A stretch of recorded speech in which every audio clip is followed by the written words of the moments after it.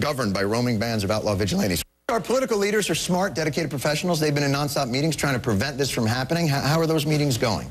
Temperatures began rising after House Majority Leader Eric Cantor suggested the two sides were too far apart to come to a deal. That's when the president got very agitated. He said, "Don't call my bluff, Eric." Boy, the name Eric really takes the urgency and steam out of an argument, doesn't it? Don't call my bluff, Eric. Really, it's a name only rivaled by Craig and Susan with a, "I will destroy you, Craig. You can't handle the truth, Susan."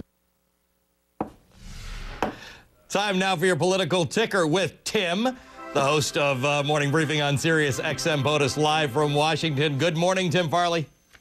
Good morning. Sheldon. I'm sorry, that's an old Billy Crystal line. I just couldn't avoid that one. Ali, the name game, is that what they're calling names now? Actually, it seems like there may be some idea of what they're going to be doing. I know the president is speaking today. There is no meeting of the big Octo-Mob. And Speaker Pelosi, well, former Speaker Pelosi, the minority leader Nancy Pelosi yesterday said, let's not go beyond the pale. We don't want to go to Camp David. But there may be a way out of this, and we'll be seeing this at some point during the day. You mentioned what Jessica Yellen was saying. I think we're looking at this backup option, which may be the Senator Mitch McConnell option. It's something they're looking at very closely. We'll just have to see how it turns out. I don't think anyone really knows at this point. He's right there, by the way, in the middle of the Octo-Mob shot. I will always remember that you started that, the Octo-Mob. Those are the 8 congressional leaders who go to the White House and meet with the president. They're not doing that today. Instead, the president is holding his own press conference at 11 a.m. Eastern, which we'll cover. Hey, Tim Farley, you went to that game last night, the baseball game, which I didn't think was, I wouldn't have advised anybody being involved in a competition between Democrats and Republicans that involved bats and balls, but how did it go?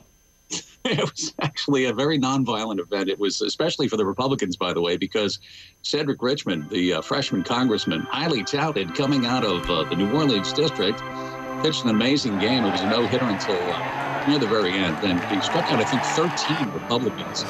And just a fantastic night on the mound for him. 8-2, the final score. And it was a chance to sort of escape the hurly-burly, if you will, of the Capitol. Just a couple of Babe Ruth shots away from the building itself, but it seemed to blow away last night with no humidity, kind of a strange thing in July, and really a fun game, and a lot of people raising money for the Boys and Girls Clubs and the Literacy Council of Washington, which was really the purpose of the game. Good. Well, I'm glad some good and activity is going on in Washington, and take the no humidity when you can get it. It's going to be a hot summer for you guys. Tim, good to see you, as always. Tim Farley, the host of Morning Briefing on Sirius XM POTUS.